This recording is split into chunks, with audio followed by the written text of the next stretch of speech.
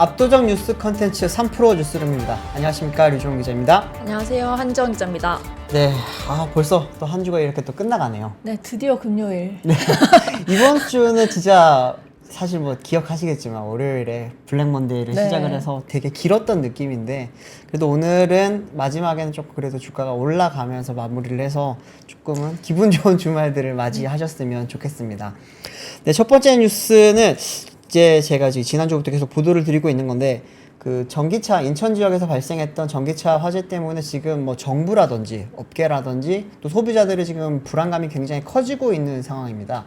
그러다 보니까 이제 전기차 포비아라고 하는 그런 뭐 두려운 현상까지도 지금 많이 퍼지고 있다고 하는데, 뭐 일부 아파트라든지 건물에서는 뭐 지하 주차장에 전기차를 못 들어오게 하기도 하고요. 뭐 그런 여러 가지 지금 일들이 발생을 하다 보니까 지금 정부라든지 지방자치단체 쪽에서도 이제 하나둘씩 대책들을 내놓고 있는 상황입니다. 지금 오늘 뭐 이제 서울시에서는 이제 지하 주차장에 그 전기차가 들어오기 위해서는 충전율을 90%로 제한을 해야 된다라고 하는 그런 이제 뭐 제한까지 오늘 내놓긴 했는데요. 그 완성차 업체 중에서 현대자동차가 이제 처음으로 이제 업계 최초로 지금 그러면은 전기차를 90%로 충전율을 이렇게 설정하는 방안을 이번에 좀 공개를 했습니다. 이걸 하면서 이제 뭐 고객들에게 좀 배포를 하고 있고요. 이렇게 된 이유는 사실은 고객들이 문의가 굉장히 많았다고 합니다. 뭐 최근에 뭐 전기차 그 벤츠 전기차 화재 있었고요. 네. 또 이제 기아 EV6 전기차 화재도 있었는데, 이런 일들이 연달아 일어나다 보니까 내 차에 탑재되어 있는 전기차 배터리는 뭔가라는 게 좀 궁금하게 문의하시는 분들이 많았고요. 또 하나는 흔히들 말하는 이제 삼원계 배터리와 LFP 배터리의 차이가 뭐냐, 뭐 내 차는 삼원계인 걸로 알고 있는데 괜찮냐, 막 이런 문의도 되게 많다고 해요. 근데 무엇보다 지금 궁극적으로 물어보는 게, 지금 전기차들이 이제 뭐 주차장에 못 들어오게 하는데 충전율을 어떻게 설정을 해야 돼요? 라고 하는 이야기들이 많이 나오다 보니까 여기에 대해서 이번에 현대차가 좀 방안을 내놨습니다. 한번 좀 표를 띄워주시면은, 이게 제가 좀 입수를 한 자료는 현대차 내부에서 이제 교육용 자료를 제가 어떻게 좀 입수를 했습니다. 여기 보시면은 이제 고객들이 주로 문의를 했던 게 이제 뭐 NCM 배터리와 LFP 배터리 차이, 그리고 이제 하이브리드 차량 같은 경우에도 엔진과 배터리가 다 들어가다 보니까 이거는 괜찮은지, 이제 또 하나는 마지막으로 이제 그러면은 배터리 충전 양을 조절할 수 있는 방법이 뭐냐라고 많이들 물어봤습니다. 사실 이 부분은 지금 이제 뭐 고객 응답 내용에도 있었지만 저도 주변에서 굉장히 좀 많이들 물어봤거든요. 그 예전에 코나 일렉트릭이라든지 이런 차들이 화재가 발생했을 때도 그때 리콜을 할 때 이제 현대차에서 그 리콜 방안으로 내놨던 게 어떤 거냐면은 소프트웨어를 조작을 해서 설정을 해서 충전 양을 100%가 아니라 80%로 제한하는 그런 방안을 좀 내놨습니다. 그러다 보니까 이제 충전율을 조금 낮추면은 안정성이 높아지기 때문에 그런 걸 했던 건데, 내 차는 어떻게 해야 돼요? 라고 하면서 그런 부분을 많이 물어보거든요. 사실은 생각보다 되게 간단하게 할 수 있습니다. 현대차 같은 경우에는 사실은 이제 앱으로도 가능하고요. 앱으로요? 네, 현대차에는 이제 현대차는 블루링크, 기아에는 이제 기아 커넥트, 그리고 이제 제네시스 같은 경우에는 마이 제네시스라고 하는 앱이 있습니다. 그 앱에 들어가셔서 이제 EV 설정에 들어가시면은 각각의 이제 배터리 충전 양을 조절을 할 수 있습니다. 이것도 그냥 뭐 한 번에 90%, 80%를 하는 게 아니고요. 급속은 몇 %, 완속은 몇 % 각각 설정을 할 수 있는데, 지금 많이 이야기가 나오는 거는 완속 충전기 같은 경우에도 지금 이제 90% 이하로 충전하는 것을 권장을 하게 됐습니다. 그러다 보니까 이제 그 부분에 문의를 한 건데, 앱에 들어가셔서 이렇게 하셔도 되고요. 또 하나는 그 우리 자동차 그 내비게이션 화면 있잖아요. 네네. 거기 보면은 홈 버튼이 있어요. 홈 버튼을 누르면은 각각의 메뉴들이 하나하나 다 뜹니다. 네. 근데 그 중에서 전기차 같은 경우에는 EV 기능이 따로 있어요. 이걸 한번 또 표를 좀 그림을 좀 보여드릴게요. 그림을 보면서 설명을 드리면은 EV 그 기능이 있는데, EV 기능에 딱 들어가게 되면은 충전 관리가 있습니다. 두 번째 이제 2번 보시면 되는데요. 충전 관리라고 하는 메뉴에 들어가게 되면은 거기서 이제 배터리 충전 목표량을 또 설정을 할 수가 있습니다. 여기 들어가시면은 이제 뭐 급속 충전할 때는 몇 %, 완속 충전할 때는 몇 % 이렇게 할 수 있도록 지금 각각 설정할 수 있게 돼 있고요. 지금 현대차에서는 이제 고객 응대로 확인으로는 지금 90%로 충전하는 것을 권장을 하고 있습니다. 이 같은 경우에는 이제 예전에 막 화재가 사고가 발생했을 때는 좀 더 안전성을 위해서 80% 미만으로 권장을 했었지만 지금은 그런 상태는 아니고 이제 뭐 정부라든지 지자체 또 이제 국토부 이런 데서 나오는 이야기가 100%를 하면은 좋겠지만 위험할 수 있으니 이제 어쨌든 주행거리도 조금 고려를 했을 때 90% 정도로 충전량을 제한하는 게 어떻겠냐라고 하는 그런 지금 방안들이 나오다 보니까 현대차가 조금 선제적으로 이 부분에 대해서 어제부터 준비에 들어갔고요. 이제 그러면서 현대차가 이걸 지금 뭐 공표를 한 상태입니다. 그러면서 이제 오늘 이제 아시겠지만 서울시에서 보도자료가 오후에 나왔죠. 이제 서울시 보도자료 내용을 보면은 이제 서울시는 시민들의 안전이랑 그냥 불안감을 조금 해소시켜주기 위해서 지하 주차장에 들어오는 차량들은 전기차의 경우 충전율을 90% 이하로만 설정하도록 지금 하겠다고 했습니다. 이거 같은 경우에는 이제 좀 잘 보셔야 될 게 서울시가 하고 싶다고 함부로 할 수 있는 건 아니에요. 사실 이걸 하기 위해서는 규약을 좀 바꿔야 됩니다. 서울시 같은 경우에는 9월까지 공동주택 관리 규약 준칙을 개정을 할 예정이라고 해요. 이거를 개정을 해야지만 이제 배터리 주차장에 들어오는 차량에 대해서 제한을 줄 수 있기 때문에 이거를 개정을 하고요. 또 충전율의 제한 방법도 두 가지라고 합니다. 어떻게 하냐면은 흔히들 말하는 내구 성능이라든지 충전 마진이라는 게 있습니다. SOC라고 하는데 예를 들어서 배터리 용량이 총 100짜리 배터리가 있어요. 네. 근데 이게 보통은 제조사들이 내놓을 때 100을 다 쓸 수 있게 하는 게 아니라 한 안전 때문에 95% 혹은 한 97%까지만 쓸 수 있게 만들어 놓습니다. 근데 여기서 이제 제조사 자체가 이렇게 충전 배터리의 용량 자체를 조금 흔히 말하는 쓸 수 있는 가용량을 조금 줄이는 방식이 있고요. 또 하나는 아까 현대차가 했던 것처럼 소프트웨어라든지 그런 설정에 들어가서 자체적으로 자율적으로 충전량을 좀 제한하는 방법들을 지금 권장을 하고 있는데 현재로서는 두 번째죠. 소유자가 직접 목표 충전율을 낮추는 방법을 지금 권장을 하고 있습니다. 이렇게 먼저 하고요. 또 이제 나중에 되면은 이제 흔히 말하는 SOC라고 방금 말씀드렸던 배터리 가용량을 조절하는 거는 자체적으로 하긴 좀 힘들어요. 이거 같은 경우는 이제 뭐 요즘 흔히들 말하는 OTA라고 하죠. 무선 네네. 업데이트를 통해서 할 수 있는 방법도 있고 좀 오래된 전기차들 같은 경우에는 직접 센터에 입고를 해서 거기서 이제 센터에서 직접 소프트웨어를 좀 조작을 해서 이제 그러면은 이 배터리는 뭐 예를 들어 100kW까지 쓸 수 있는 배터리지만 네. 안전을 위해서 한 80%까지만 혹은 90%까지만 쓸 수 있게 제한을 걸어라라고 해서 이제 그걸 지금 이제 제조사들이 아무래도 조만간 실시할 예정이라고 합니다. 그러면은 100%인지 90%인지 저희가 알 수가 있나요? 그건 이제 아무래도 관리 요원들이 좀 봐야겠죠. 아. 그러다 보니까 무인 주차들 요즘 많잖아요. 네네. 거기서는 관리하기가 좀 힘들 겁니다, 사실은. 아. 그런데 요즘 대부분 이제 전기차 같은 경우에는 이제 주차장에 가면 전기차 충전 혹은 이제 친환경차 주차 장소에만 네네네. 보통 전기차를 많이 대거든요. 네. 근데 그런 부분에 있어서 이제 관리원들이 그 부분을 또 체크를 해야 될 겁니다. 여기에 대해서는 이제 서울시에서도 아직까지 구체적으로 뭐 시행 규칙까지는 내놓진 않았기 때문에 네. 관리 규약 준칙을 개정을 하면서 아마 세부 시행 규칙도 아마 내놓을 거기 때문에 그 부분은 좀 기다려 봐야 될 것 같고요. 근데 이제 이 서울시뿐만이 아니라 정부 차원에서도 지금 여기에 대한 좀 불안감을 해소시키기 위한 여러 가지 방안을 마련을 하고 있습니다. 산업통상자원부 같은 경우에도 오늘 오후에 이제 대한상공회의소에서 전기차 화재 관련 긴급 간담회를 개최를 했고요. 여기에는 자동차 업계라든지 뭐 배터리 전문가, 소방 전문가 이런 사람들이 참석을 했습니다. 또 이제 환경부 주관으로는 12일에 국토부, 산업부, 소방청 등 관계부처가 참여하는 전기차 화재 관련 회의를 열기로 했고요. 또 하나는 국토부는 또 13일에 국내 완성차 제조사 및 수입사와 함께 이제 전기차 안전점검을 위한 회의를 열어서 배터리 정보 공개 관련해서 입장을 청취를 할 예정이라고 합니다.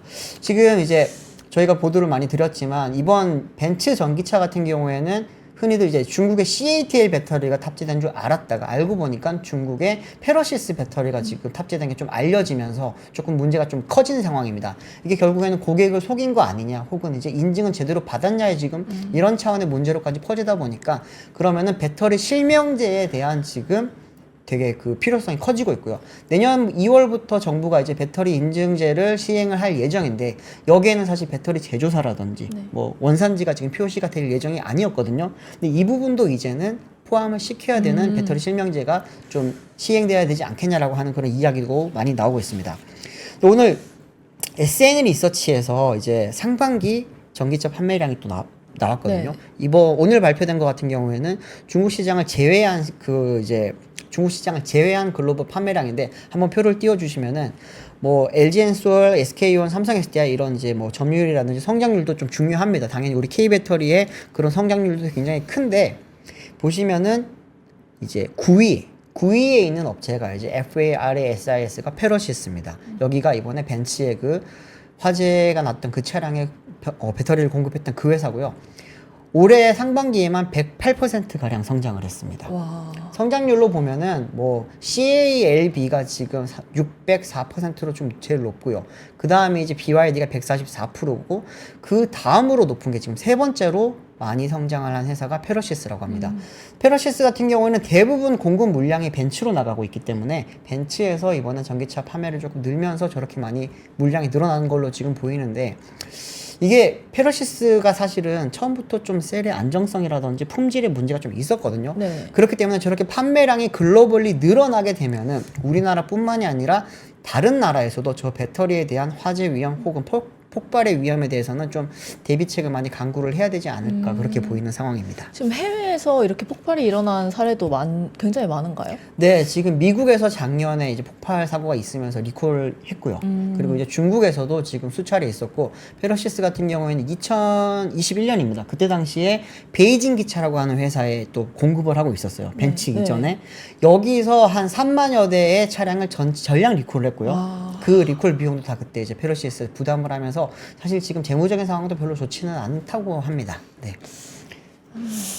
좀 이게 전기차 이야기를 할 때 예전에는 막 상승하는 그런 이야기들이 네. 많았는데 최근에는 또 사고도 많이 나고 또 이제 뭐 전기차 성장 둔화도 있다 보니까 안 좋은 소식을 조금 많이 들려드리는 것 같기는 한데 이런 게 어떻게 보면 성장통이거든요. 네. 성장통을 이렇게 또 잘 겪고 나면은 이제 그 다음번 스테이지에 넘어갔을 때는 아무래도 조금 안정적으로 이렇게 성장할 수 있지 않을까 싶어서 지금은 많이들 힘드시겠지만 잘 버텨나가시기를 좀 바라고 있습니다. 네. 다음 뉴스 제가 준비했는데요. 네. 그 네이버와 카카오가 이제 올해 2분기 실적을 발표를 했습니다. 네네. 그런데 이제 주가에서는 좀 희비가 갈렸는데 좀 표를 보여주시면은 네이버가 이제 사상 최대 실적으로 주가가 상승했지만은 카카오는 이제 경영권 불확실 이유로 약세 마감을 했습니다.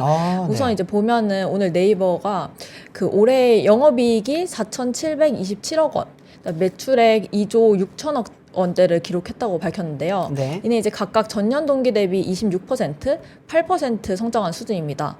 네이버의 이제 상반기 매출액이 5조 1,300억 원대로 이제 업계에서는 이 같은 추세를 좀 유지할 경우에 연매출 10조도 달성할 가능성이 있다 이렇게 전망하기도 했고요. 네. 근데 이제 특히 사업 부분별 매출액을 보면은 검색이나 디스플레이를 제공하는 서치 플랫폼 이 부분이 이제 9,700억 원 정도로 가장 높은 비중을 차지했고 이 외에도 이제 광고 판매 같은 커머스 부분이죠. 약 한 7,200억 원 정도 했고 그다음에 이제 페이 서비스, 네. 그다음 디지털 금융 이런 핀테크 부분이 3,600원대로 이제 이렇게 뒤를 이었습니다. 근데 이제 전날 발표한 카카오도 실적이 좋았거든요. 네. 다음 표를 보면은 네, 영업이익이 1,340억 원, 그다음 매출액 2조 49억 원을 기록하면서 네. 각각 18%, 4% 증가를 했습니다. 또 2분기 영업이익률도 6.7%를 나타냈는데 네. 근데 이제 카카오 실적은 이제 카카오톡을 통해서 뭐 광고 커머스 사업 펼치는 이제 톡비즈 있잖아요. 네네. 그게 이제 가장 큰 영향을 미쳤고, 그러고 이제 그 톡비즈의 2분기 매출이 전년 동기 대비 7% 증가했고, 네네. 톡비즈 중에서도 비즈모드나 카카오톡 채널 같은 이런 광고형 매출이 전년 대비 9% 증가를 했습니다. 그런데 이제 이렇게 실적이 좋았음에도 불구하고 주가는 좀 다른 분위기인데요. 네. 다음 표를 보여주시면은 오늘 주가 그래프를 보면은 그 네이버는 다음 표를 네. 주가 띄워주시면은 네. 보여드릴게요. 네. 그 오늘 네이버는 0.61% 상승 마감을 했고요. 네. 근데 실적이 나오면서 장 초반에는 17만 원까지 오르긴 했거든요. 네. 근데 이제 보합 수준으로 마무리를 하긴 했습니다만 이제 증권가에서는 실적으로 인한 주가 반등이 당분간에 이제 계속 될 것 같긴 하다 이렇게 말을 하긴 했고 네. 또 카카오는 반면에 이제 호실적에도 불구하고 주가가 좀 부진했습니다. 아무래도 실적 발표가 된 날 이제 김범수 위원장이 구속이 되면서 네. 좀 주가에 악영향을 미쳤고요. 오늘도 3.7% 하락을 하면서 이제 마감을 했습니다.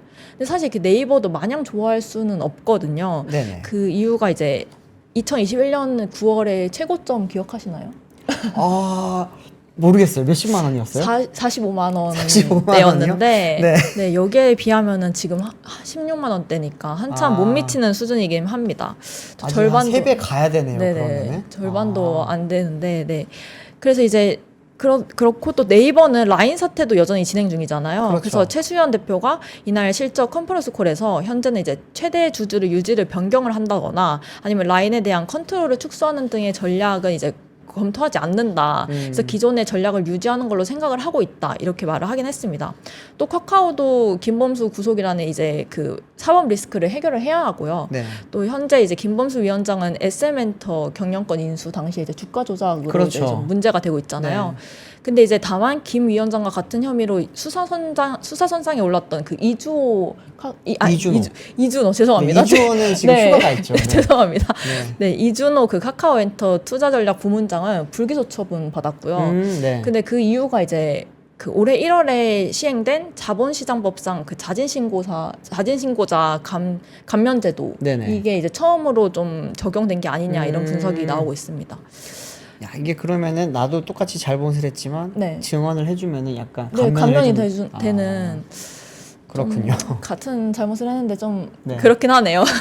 그래서 아까 보니까 근데 실적을 봤을 때는 네네. 사실 네이버보다 카카오가 실적이 조금 더 좋아 보였거든요. 네. 특히나 영업이익 같은 경우는 18% 올랐으면은 굉장히 많이 오른 건데 그렇죠. 실적이랑 역시 주가는 같이 가는 게 아닌 것 같네요. 타이밍이 네. 또 좀 확실히 좀 그렇기도 의장이 했고. 지금 걸려 있는 일이 있다 네네. 보니까 조금은 주가적으로 불안정성이 커 보여서 이렇게 못 가지 않았나 싶은 생각이 네. 드네요. 네, 다음 소식은 이 회사도 지금 이 거버넌스 때문에 굉장히 문제를 많이 일으키고 있습니다. 지금 많이들 알고 지금 다들 뭐 예상하시겠지만 두산입니다. 두산 밥캣과 이제 로보틱스 합병에 대해서 이제 한국 기업 거버넌스 포럼에서 두산그룹에게 이제 이 둘이 합병을 했을 때 나타나는 시너지가 도대체 뭡니까? 라고 이렇게 공개적으로 질의를 했습니다. 사실 뭐 두 기업 간의 이제 합병 이슈가 나오고 나서부터 거버넌스 포럼에서는 계속해서 지금 질의를 하고 있고 비판의 목소리를 내고 있는 상황인데 오늘 같은 경우에는 이제 두산 3사 분할 합병 등 정정증권신고서 관련 공개 질의를 통해 두산그룹, 밥캣, 에너빌리티 등 이사회에 최근 주가 폭락에서 보듯 국민연금과 일반 주주에게 많은 경제적 피해를 입힐 가능성이 높은데 이사회에서 기업가치 제고 계획과 자본거래의 관계에 대해 논의했는가라고 이렇게 지금 물어봤습니다. 쉽게 말씀드리면은 두 회사가 합병을 해서 이제 얻을 수 있는 주주라든지 이런 부분에 혹은 사업 간의 시너지가 없어 보이는데 도대체 왜 추진을 해서 주가가 이렇게 박살나게 됐습니까? 라고 하는 이야기죠. 근데 사실 뭐 많이들 아시겠지만 두 회사가 합병을 하면 이런 모습이 됩니다. 좀 띄워주시면 좋겠는데요. 네. 현재 그 두산그룹 밑에 두산 에너빌리티, 로보틱스, 테스나가 있고요. 에너빌리티 밑에 이제 밥캣과 퓨얼셀이 있었습니다. 그런데 이번에 이제 구조 개편을 하게 되면은 쉽게 말하면 에너지 부문은 에너빌리티와 퓨얼셀로 묶이게 되고요. 흔히 말하는 모빌리티죠. 스마트 모빌리티, 이제 로봇이라든지 뭐 중장비라든지 어쨌든 움직이는 것들은 두산 로보틱스 밑으로 밥캣이 들어가게 되고 이제 테스나 같은 경우에는 이제 첨단 소재 쪽으로 넘어가게 되는 상황인데 이게 처음부터 문제가 됐던 거는 사실은 그 합병 비율이었습니다. 합병 비율 같은 경우에는 이제 두산 밥캣과 이제 로보틱스가 1대 0.63이었죠. 이렇게 되면서 이게 결국 시총을 기준으로 그렇게 합병 비율을 정하다 보니까 지금 로보틱스는 굉장히 고평가되어 있고 네. 밥캣 같은 경우는 굉장히 저평가되어 있는데 이게 맞는 합병 비율이냐라고 하는 그런 이야기들이 나왔고요. 또 이제 두산 에너빌리티 주주들 같은 경우에도 합병 신주 발행 시 에너빌리티 주주 같은 경우는 1대 0.03 비율로 로보틱스 주식을 받게 됩니다. 그러다 보니까 이제 모두가 지금 주주들은 어떤 주주든지 다 지금 불편한 상황이 됐습니다. 이렇게 되면 누가 이익을 보느냐에 대해서는 결국에는 이제 최대 주주인 두산 오너 일가만 지금 이번에 이거에 대한 뭐 이익을 보게 된다. 그렇기 때문에 오너들을 위한 이번이 합병이다. 이렇게 하면서 사실은 거버넌스 포럼이라든지 여기서 지금 이야기들이 나왔던 건데 특히나 이제 지배구조 개편 과정에서 주 두산의 두산밥캣 지분율이 기존 13.8%에서 42%로 상승하게 된 것 자체가 결국에는 이번 합병 비율을 잘못했기 때문이라는 것이고요. 또 만약에 로보틱스가 작년 10월 상장 당시에 그때 공모가 수준으로 만약에 평가가 됐으면은 두산의 이제 밥캣 최종 지분율은 18.7%로 줄어들게 됩니다. 결국에는 이제 로보틱스의 고평가는 주 두산의 이익을 되는 거고 주 두산의 이익은 결국에는 오너가의 이익만 된다라는 거죠. 이러면서 지금 뭐 거버넌스 포럼 쪽에서 강력하게 이야기했던 것 중에 하나가 이제 그 자본시장법 상장회사 합병 비율 조항을 최대로 악용한 사례라고 이야기를 했고요. 또 이제 션 브라운 이사라고 하는 이제 미국계 펀드 테논 캐피탈의 이사 같은 경우에는 너무 격분하고 실망해서 홧김에 지분을 대부분 장내에 매도했다고 이야기했습니다. 장내 매도 사실 잘 안 하거든요. 이렇게 하면서 이사회에서 이런 결정을 했다니 너무 실망스럽고 배신감을 느꼈다고 이야기를 했는데 이분이 이렇게 이야기를 했던 이유가 어떤 거냐면은 시가총액 대신에 만약에 기업 가치라고 하는 이제 TEV라고 있습니다. 토탈 엔터프라이즈 밸류로 만약에 밥캣과 로보틱스 간의 합병 비율을 다시 계산을 했다면은 현재는 49대 51이지만 그게 아니라 96대 4가 되었어야 맞다라고 이야기를 합니다. 이렇게 이야기를 하는 근거는 어떤 거냐면은 지금 밥캣 같은 경우는 작년 기준으로 한 연간 매출이 10조 가까이 되고요. 그리고 영업이익이 1조 3천억 원이 넘습니다. 그런데 반면에 두산 로보틱스 같은 경우에는 작년 매출액이 500억 원대고 당연히 영업이익은 적자입니다. 그런 회사기 때문에 이 둘을 같은 선상에 두고 이렇게 고평가가 올라가 있는 그 회사와 아직까지 저평가를 받고 있는 회사를 단순히 시가총액으로 비교를 하는 게 맞냐, 실질 기업 가치를 가지고 비교를 해야 되는 게 맞지 않느냐라고 이런 이야기를 지금 많이 하고 있는 상황입니다. 뭐 여기에 대해서 두산그룹은 굉장히 좀 억울하다고 계속 이야기를 하고 있고요. 어제 이제 이야기가 나왔었는데 이복현 금감원장이 우리는 계속해서 정정 요구를 할 겁니다라고 거의 뭐 선전포고에 가까운 이야기를 했거든요. 아시겠지만 이게 금감원의 벽을 넘지를 못하면은 이 지배구조 개편은 일어날 수가 없는 상황이다 보니까 계속해서 아무래도 계속 정정 요구를 하면서 뭔가 쉽게 말하면 좀 벽을 칠 거라고 지금 보이는데 두산그룹 쪽에서는 이제 많이 억울해합니다. 특히나 이제 박상현 두산 에너빌리티 대표 같은 경우에는 차익근 7천억 원 감소와 비영업용 자산 처분을 통한 현금 5천억 원 확보 등의 재무적 성과가 있을 수 있다. 또 이제 1조 원 수준의 신규 투자 여력이 발생을 하기 때문에 미래 성장 동력 투자가 가능하고 재상장 시점에 두산 에너빌리티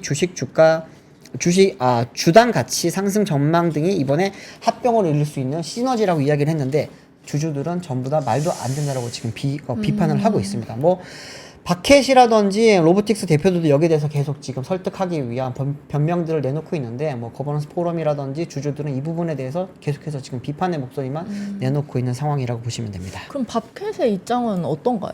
밥캣 입장 같은 경우에는 이제 스캇바 대표가 이야기한 게 어떤 거였냐면은 양사 공통 영역 인공지능 및 무인화 자동화 요소 기술을 확보를 할 수 있고요. 합병을 해서 로보틱스와 밥캣이 합병을 하게 되면요. 양사 투자 프로세스 일원화해서 중복 투자를 방지하고 투자 효율성을 제고를 할 수 있다라고 이야기를 했습니다. 하지만 두산밥캣 대표는 월급쟁이 사장이죠. 그러다 보니까 아무래도 오너가 해서 추진하는 거에 대해서 비판의 목소리를 크게 낼 수는 없을 겁니다. 네. 좀 이게 거버넌스가 항상 문제가 많이 됩니다. 요즘 이런 뭐 비슷한 일들이 많은데 특히나 많이들 비교하시는 게 SK그룹이거든요. 네네. SK 같은 경우에도 지금 ENS와 이노베이션 합병이 있었고요. 또 온 같은 경우에도 여러 계열사랑 합병을 하고 있는데 여기서는 SK그룹에서는 자체적으로 나서서 여기에 대해서 설명을 많이 당위성을 설명을 많이 했어요. 그리고 여기에 대해서 시너지에 대해서도 명확하게 보여줬고 그게 이제 주주들이라든지 이사회에서도 지금 인정을 받고 있는 분위기인데 두산 같은 경우에는 전혀 지금 뭐 금감원도 설득을 못 하고 있고요. 국민연금이라든지 다른 주주들도 설득을 못 시키고 있다 보니까 이 부분에 대해서 이렇게 좀 큰 비판을 받는 게 아닌가 싶습니다. 네. 어떻게 보세요, 혹시? 아니 근데 이 비율이 이제 너무 차이가 나잖아요. 두 회사가. 근데 그거를 이제 금감원이 잘 넘어갈 거라고 생각을 했는지도 좀 의아스럽고. 네. 금감원 같은 경우에는 사실은 이게 금융감독원 자체가 말 그대로 감독하는 기관이잖아요. 그러다 보니까 너희 회사 둘이 합병을 한 게 일반 투자자들한테 만약에 해가 가지는 게 있다면 받아들여질 수가 없다라는 게 금감원의 명확한 지금 이야기입니다. 근데 지금 여기에 대해서 두산 쪽에서는 우리는 시가총액 맞춰서 합병 비율을 만드는 게 법적으로 원래 보장이 되어 있고 대부분 그렇게 한다. 그래서 우리는 문제가 없다라고만 지금 이야기를 하고 있거든요. 쉽게 말하면은 이렇게 문제가 있다라고 계속해서 지적이 들어오면 거기에 개선 방안을 내놓는 게 보통의 일단 뭐 움직임이잖아요. 그런데 개선의 의지가 전혀 없이 계속 밀어붙이기만 하려고 하다 보니까 주주라든지 금감원이라든지 여기저기서 지금 반대를 맞고 있는 게 아닐까 싶습니다. 네. 네, 다음 소식 전해 네, 주십시오. 다음 뉴스 제가 준비했는데요. 그 정부의 그린벨트 해제를 통한 이제 주택 공급 요청이 나왔잖아요. 네. 그래서 이제 여기서 서울시가 화답을 했는데 이제 오늘 세부 계획을 좀 발표를 했습니다. 일단 표를 보면은 그린벨트 일부 해제를 통한 이제 신혼부부 주택 공급 확대와 토지거래 허가 구역 모니터링, 그다음 재개발 재건축 정비 사업 속도 향상을 통한 도심 내 이제 아파트 공급 확대가 이런 주 내용이고요. 네. 그동안 이제 서울시는 개발 제한 구역 해제를 최대한 자제를 해왔잖아요. 맞아요. 그렇지만 이제 이번은 정부 요청에 따라서 뭐 인구 감소나 청년 세대에 시급한 주택 문제를 위해서 힘을 보태겠다 이렇게 말을 했습니다. 네. 우선 이 개발 제한 구역 해제 지역에 공급될 주택이 서울시에서 추진하고 있는 신혼 20년 전세 자가주택이라고 하는데 네. 혹시 들어보셨나요?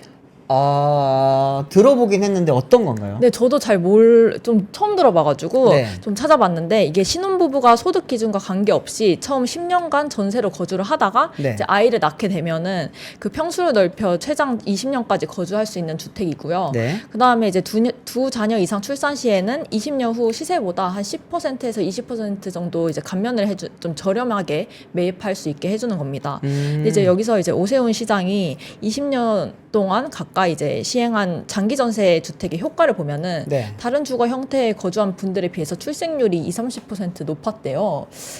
사실 그 자료와 뭐 경험치가 있다고 하는데 네. 아직 뭐 이렇게 제대로 확인된 건 없습니다만 네 그렇게 말을 했고요. 네. 그다음 또 이 해제지는 개발 제한 구역 내에 관리되지 못한 이제 훼손지 같은 보존 가치가 좀 낮은 상대적으로 이제 그런 지역을 좀 활용할 계획입니다. 네. 이 대상지에 대해서는 이제 올해 11월 중 공개될 수 있을 걸로 보고는 있습니다. 네. 근데 다만 이제 이 개발 제한 구역 해제 후에 실질적인 주택 공급까지 좀 상당한 시간이 걸리잖아요. 그렇죠. 거의 한 10년 정도 걸린다고 하는데, 네.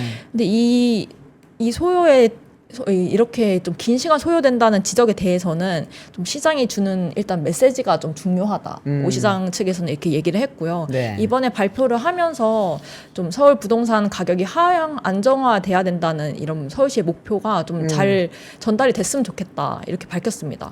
혹시 이 그린벨트 지도 좀 크게 좀 네네. 만들어 주실 수 있을까요? 보다 보니까 강남에 이렇게 그린벨트가 많은지 오늘 좀 다시 보게 되네요.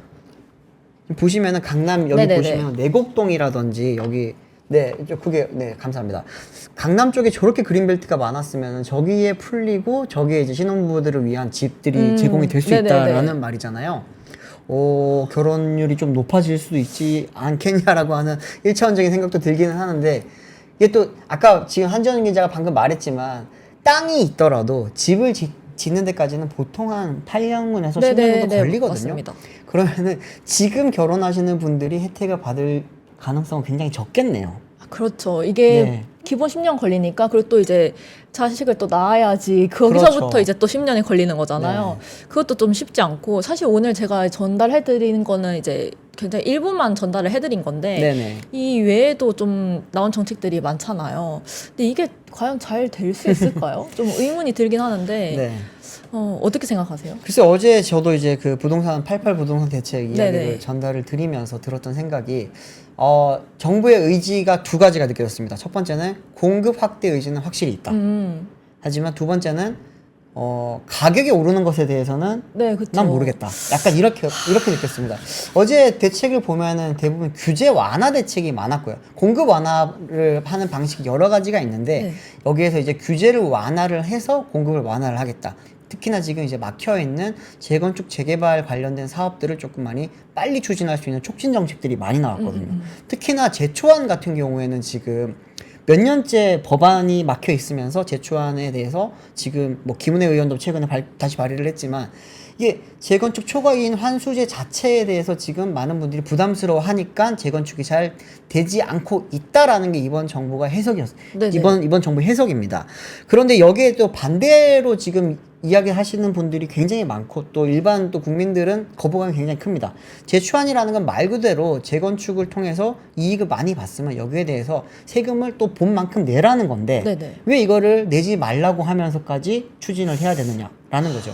그렇죠. 좀 이상하긴 하네요. 네, 이 그린벨트 같은 경우에는 사실은 뭐 예전부터 나왔던 이야기인데 서울에 집 지을 땅이 없어요. 그러다 보니까 서울에 지금 오려고 하는 사람은 많은데 공급을 늘리려면 그러면은 그린벨트로 묶여 있는 것을 풀어줘야 됩니다. 그게 지금 사실은 개발을 원하는 쪽에서 지금까지 요구를 했던 반대. 뭐 어제 바로 경실련에서도 발표를 했고 시민단체들도 다 반대 의견을 냈지만 과연 그린벨트를 해제하는 것만으로 이 주택난이 해결이 될 수 있느냐에 대해서는 부정적인 시각이 훨씬 많은 게 사실은 사실입니다. 네. 그렇기 때문에 사실은 부동산 정책 같은 경우에는 굉장히 여러 가지로 복잡하게 이렇게 얽혀 있기 때문에 그 네. 부분을 조금은 복잡한 계산을 통해서 해야 되는데 이번에는 이번 88 대책도 그렇고요. 어제 진짜 많은 대책이 나왔거든요. 네네네네. 제가 정리하다가 이걸 무슨 하루 만에 다 내놨어라고 아. 진짜 약간 화가 날 정도로 많았는데 오늘 이제 오세훈 시장이 말한 이제 그린벨트 대책 같은 경우에도 약간 선언적인 의미는 클 수 있습니다. 결혼 많이 하십시오. 결혼해서 애 많이 나오면은 우리가 집을 뭐 걱정할 수 20년 동안은 최소한 20년 동안은 걱정하지 않고 키울 수 있는 터전을 마련해 드릴게요라고 하는 메시지는 명확합니다. 그런데 그 세부적인 안에 들어가 있는 세부적인 내용을 봤을 때는 현실성이라든지 혹은 이제 뭐 영향을 다른 또 부동산 시장에 미칠 영향 같은 경우에는 조금은 의문을 저는 좀 가지는 부분들이 조금 있었습니다. 네네. 다음 뉴스는 이제 또 부동산 관련해서 이제 말씀을 드리면 우리가 부동산을 사거나 할 때 돈 네. 많으세요? 아니요. 대출 받아야 되죠? 그럼요. 저도 이제 예전에 집 살 때 대출 정말 많이 받았거든요. 네네네. 제가 처음에 집을 샀을 때 신혼집에서 제 지분은 정말 이 화장실과 화장실 정도. 한 주방 요 정도였고 네네네. 나머지는 다 은행 거였어요. 오. 이제 그걸 이제 계속 한 10년 동안 막 갚아가면서 이제는 제 집이 되긴 했는데 네. 근데 지금 이제 그 대출을 받을 때 항상 많이들 신경 쓰이는 게 요즘은 이자입니다. 대출 이자. 대출 금리가 이제 예전에 이제 저금리 시대 때는 변동금리로 많이 해서 다음번에 갱신할 때 더 낮아질 수도 있으니까 변동금리를 훨씬 많이 했거든요. 근데 요즘은 약간 고금리까지는 아니지만 네. 좀 중금리 시대이지 않습니까? 이럴 때는 금리가 올라가는 것에 대한 불안감이 큰데 이번에 이제 그 시중은행 쪽에서 10년 동안 대출 이자가 고정되는 상품이 나왔다고 합니다. 이게 어떻게 된 거냐면은 신한은행이 10년마다 금리가 바뀌는 10년 주기형 주택담보대출을 국내 처음으로 이번에 공개를 한 건데 이제 10년 주기형 금리 같은 경우에는 이제 기준금리가 3.38에서 5.29%로 책정이 됐고요. 이번에 이제 2천억 원 한도로 운영될 예정이라고 합니다. 그렇게 지금 기금 규모가 많이 크진 않아요. 그리고 이제 신한은행 같은 경우에는 기존의 코픽스와 5년 만기 은행채를 각각 중고금리로 활용을 하면서 6개월, 5년 주기형 상품을 운영을 했습니다. 쉽게 말하면 6개월마다 이렇게 금리가 바뀌었다는 거고 네네. 고정금리 같은 경우에도 5년이 지나면은 다시 변동금리처럼 바뀔 수 있다라는 거죠. 그런데 10년물을 중고금리로 활용을 하게 되면은 10년 동안은 기준 이제 대출 금리가 바뀌지 않게 된다라고 좀 쉽게 이해를 하시면 됩니다. 이렇게 되는 거는 이제 최근에 이제 금리 변동이 조금 많고 또 아시겠지만 이번에 뭐 미국에서 지금 어쨌든 금리 인하에 대한 이야기가 많이 나오고 있다 보니까 근데 금리 인하를 하고 나서 내년에도 그럼 인플레이션에 미치는 영향에 따라서 금리가 또 변동될 수 있거든요. 네. 거기에 대해서는 우리나라 이제 한국은행 같은 경우에도 영향을 받을 수 있다 보니까 사실 하반기 금리 인하에 대한 기대감과 이제 내년 금리 뭐 인상 인하가 왔다 갔다 할 수 있다라는 그 불안감이 요즘 좀 많이 혼재되어 있는 상황이다 보니까 이런 부분에 있어서 조금 사람들이 고정금리를 길게 가져가고 싶은 사람들을 노리기 위해서 신한은행이 내놓은 건데 뭐 KB국민은행 같은 경우에도 커버드 본드 발행 계획을 이번에 금감원에 보고를 하면서 3천억 원 규모로 5년물, 10년물을 구성해서 좀 발행할 계획이라고 합니다. 좀 이렇게 되면은 좀 장기간 최소한 5년 혹은 10년 동안 이렇게 금리가 변하지 않는 이제 고정금리 대출이 조금 많이 늘어나면서 사람들이 안정적으로 집을 좀 구매를 할 수 있게 되지 않겠냐라고 하는 그런 전망이 나오고 있습니다. 쉽지 않네요. 집 갖기. 네, 쉽지 않죠. 집을 저는 운이 좋게 네네. 2014년도에 결혼할 때 집을 사긴 했는데 집을 산다는 것 자체가 사실은 우리가 태어나서 가장 큰 소비를 하는 거거든요. 아, 그쵸. 가장 큰 소비를 하는 거고 가장 큰 빚을 지는 겁니다. 아, 네. 명언이네요. 그렇기 때문에 저도 그때 이제 굉장히 많이 고민을 하면서 막 그때 제가 네. 원형 탈모가 왔었어요. 아, 너무 집 구매하는데 내가 스트레스 집을 받아서. 찾는 과정에서 너무 스트레스를 받아서 막 전세 찾고 집 매매할 집 찾고 막 이렇게 하면서 집이 주는 스트레스가 워낙 크다 보니까 저는 그때 조금 더 무리를 하더라도 사야겠다라고 생각을 했던 건데 지금은 그때와 비교할 수 없게 집값이 많이 오르다 보니까 지금 한지영 기자처럼 이런 이제 그쵸. 20대 분들은 결혼을 하려고 할 때 굉장히 부담이 많이 클 것 같더라고요. 그러니까 결혼도 못하고 애도 안 낳고 그러니까 이렇게 또 이게 뭐 20년 장기 전세 네. 이런 것도 나오긴 하는데 정책과 현실이 조금은 잘 맞아질 수 있게 이렇게 좀 돼야 될 것 같은데 조금은 좀 세부적으로 네네. 약간 좀 잘 계산을 해서 만들었으면 좋겠습니다. 네. 다음 다음에- 소식 네네. 전해주십시오. 제가 간단하게 그냥 단신으로 좀 짧게 전해주는데 다음 네. 주가 말복이잖아요. 8월 14일 네네네네. 말복이죠. 네. 맞습니다. 근데 이제 서울의 삼계탕 한 그릇이 17,000원을 넘어선다고 합니다. 네? 17,000원. 17,000원이요? 네, 평균이 이미 넘어섰고요. 와. 이제 하다가 삼계탕 가격까지. 야, 삼계탕이 네. 17,000원.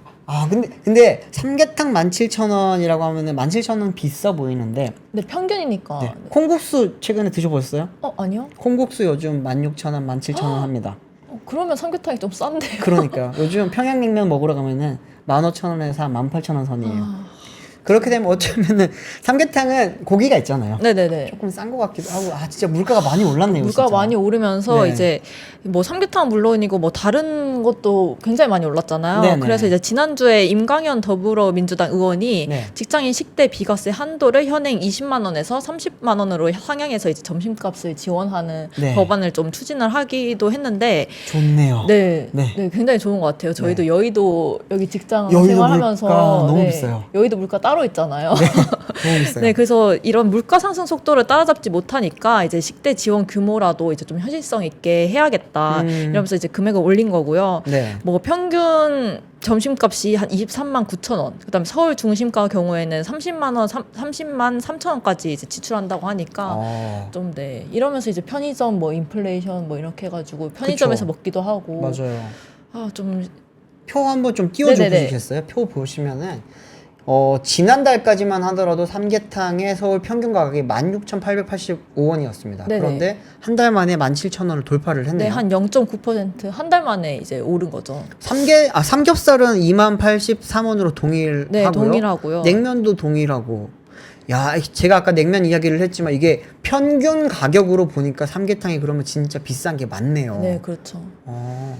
김밥이 환산 전에 지금 보시면은 평균 가격이 3,462원이잖아요. 네네네. 여의도 김밥 한 줄 얼마인지 아세요? 6,000원, 7,000원 하잖아요. 네. 저 깜짝 놀랐어요. 일반 김밥이 6,000원 하길래 뭐 참치김밥 네. 이런 거는 7,000원, 8,000원 하더라고요. 예전에 그냥 뭐 한밭집이나 뭐 이런 데 가면은 한 끼 먹는 그 이제 식사량이 백반 가격이 그랬거든요. 여기도 너무 물가가 비싼 것 같습니다. 네. 네. 저희가 준비한 뉴스는 여기까지고요. 네, 좋은 주말 잘 보내시고 다음 주에 또 찾아뵙겠습니다. 감사합니다. 감사합니다.